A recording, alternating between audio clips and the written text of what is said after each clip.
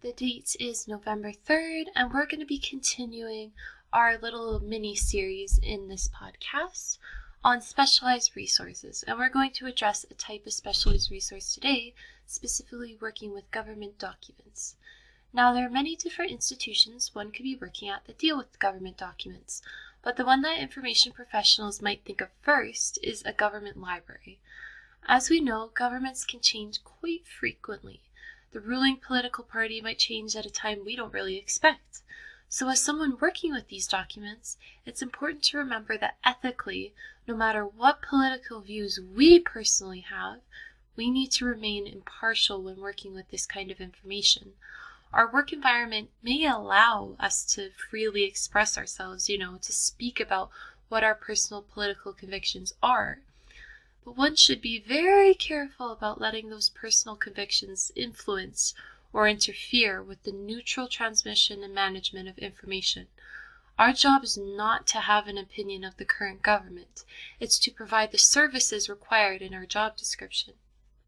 Cataloging government documents can be a bit different than in academic or public libraries. Typically, classification in public or academic libraries is done using DDC, Dewey Decimal Classification, or LCC, Library of Congress Classification. However, government documents have their own classification system called CODOC.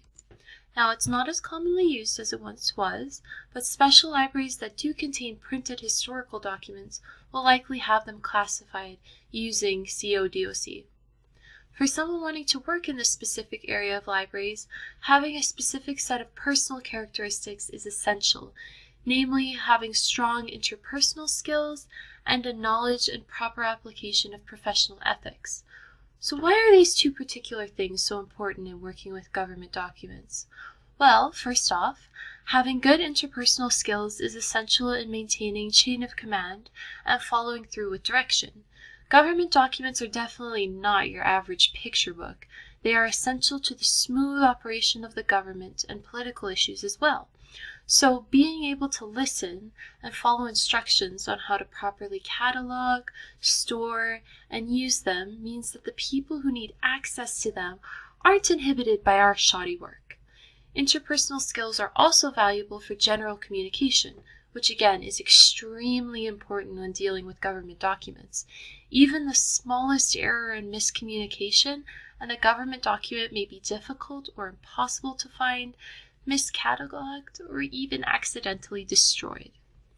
As for a knowledge of professional ethics, there are many situations where ethics are not laid out as rules, but more so as guidelines. In these cases, some who don't feel that they have that much responsibility to follow those guidelines may assert their own opinions rather than remaining impartial. In a special library context where you're working with government documents, this can become a problem very quickly. Say, for example, you don't think applying professional ethics is that important.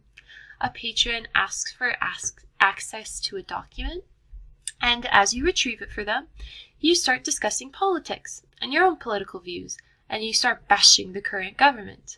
Only, as you're saying all of this, the patron reveals that they are in fact the wife of the current premier.